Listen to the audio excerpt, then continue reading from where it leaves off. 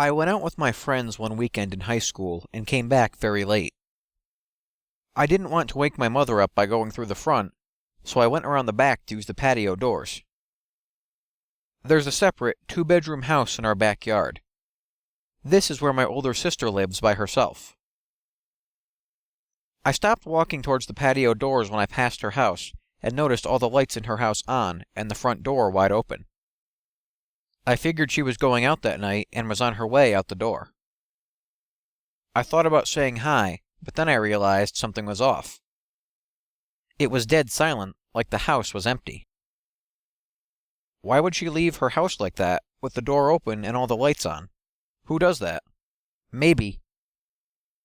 Of course, at 16, I liked to entertain the possibility of something exceptional happening whenever I had the opportunity, because it made life extraordinary. Every knock at the door could be a long-lost brother come home at last, and any package in the mail could contain a severed finger wrapped in a ransom note. I had, no doubt, an unfettered imagination. Into adolescence, I learned to not let it take over my life, especially in situations like this. But the silence was deafening, and all I could picture was a gloved hand struggling to stay cupped over my sister's mouth, a knife pressed to her throat.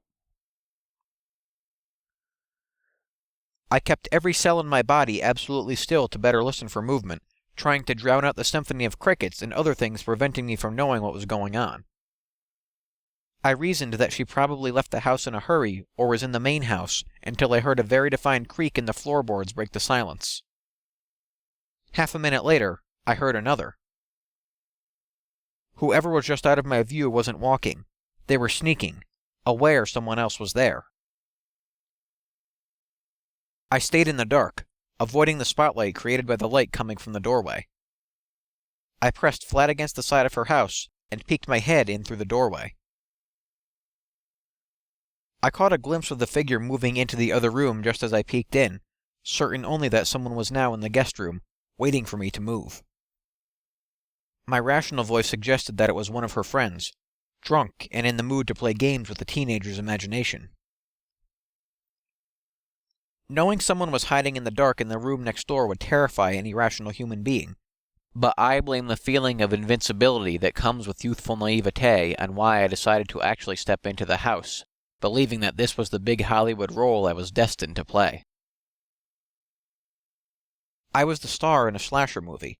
I couldn't die because the filmgoers still wanted to see me running, hiding in closets, crying, unmasking the killer, and delivering a witty quip before blowing the killer up with 7 tons of TNT or something.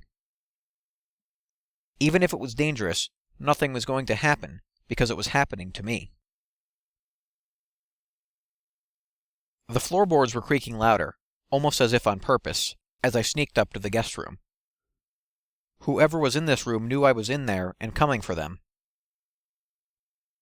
The guest room door was open and the lights were off. I could only see darkness and my own silhouette, sharp and black against the light coming in from the guest room. The sight of myself and how revealed I felt seized my every inch. I shrunk, expecting to see the silvery glimmer of a knife in that unforgiving darkness. They knew where I was standing now, at least, I thought. I expected to die any second, so I did not move. I just scanned the dimness in a frenzy, eyes maddeningly wide. In what was maybe 10 seconds standing in the doorway, paralyzed by the idea of someone staring back at me, hidden in the dark, I had felt an hour pass. Nothing had happened. All my blood was still accounted for, so it was my move. I didn't dare take my eyes off the dark, so I felt along the wall for the light switch. My hand shook so much that I almost laughed. I was so wrong for thinking all those slasher film victims were overreacting. You really do panic in the face of death and lose control of what you do. I had never felt so immersed in the unknown. I found the switch and flipped. I saw movement and closed my eyes, bracing myself, and then heard the whirring of the ceiling fan. The second I processed that it was the fan moving, I felt like the child that runs into his parents' room about seeing something under the bed. The situation was, almost too soon, something I could handle. Anybody who was in this room was hiding, scared of me, and therefore cowardly and not a match. Even better, I hoped, it could be someone playing a joke. I turned the light on. It was time to stop playing around. Nothing. Awesome. What the hell is wrong with me? I thought. But then I felt my knees go weak, thinking about the shutter closet. It was immediately to my left, and the shutter door was open, so I couldn't see in it from the doorway. I took 2 steps forward, head turned. I see feet. He sees some part of my body, at least. There is another man in this room with me, and we are about to make eye contact, I thought. I didn't stop to think about how dangerous a person wearing sandals could actually be. My demand for closure prohibited it. His eyes were wide and watery from trying to see in the dark, just like mine. Like a mirror image, we both jumped and scanned each other's appearance, relaxing that the other was, at the very least, a person. His arms were flat next to his sides, head tilted back, seized in fear, like I was. I assumed he wasn't a burglar, at least he certainly wasn't dressed as one. He had on swimming trunks and a tank top, a towel around his neck, and flip-flops, which is why I probably stuck around, thinking it was my sister's friend or something.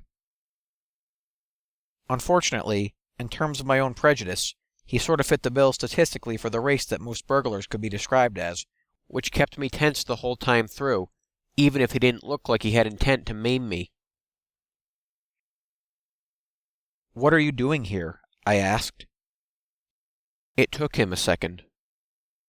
"Nothing, man. I was dying of thirst, so I just came in here to get some water," he said like a child caught in the dead of night with his hand in a cookie jar. For some reason, but probably just to stall, I asked the same question again, and he repeated the same answer. I looked down at his hands.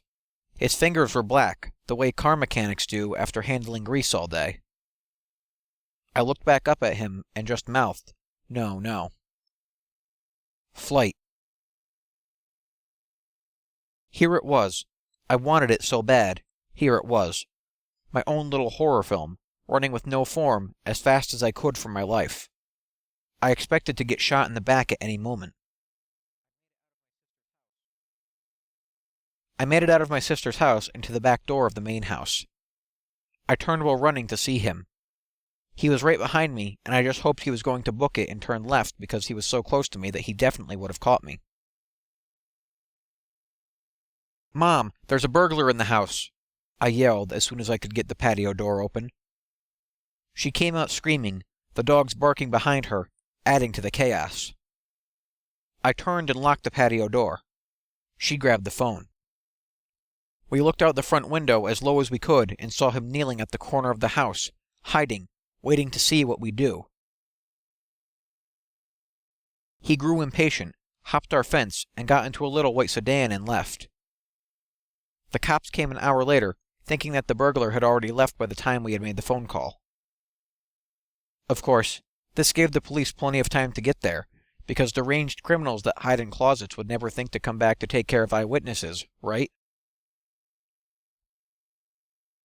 Monday afternoon, after I had come home from school, my mom tells me, "I want you to watch the news at 6 today. I think they caught the guy you ran into." 6 p.m. rolls around, and the top story is about a man who had gone on a crime spree over the weekend that ended in tragedy. I sat square in the middle of the sofa, cradling my head, hands over mouth, bouncing my knee wildly, waiting to see his face. This man went into a random family's house, just like mine, and stole a car at knife point. The family called 911 after he left. The cops spotted him on the road and tried to pull him over. He fled, and in the pursuit, crashed into another car, killing the driver and putting the passenger, her child, in critical condition. Police say Rodney D.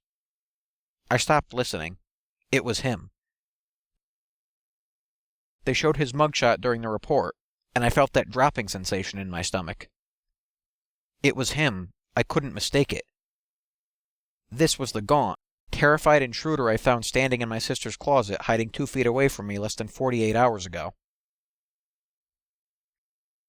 To this day, I still wonder, if the cops had showed up promptly, would the woman he killed the day after still be alive?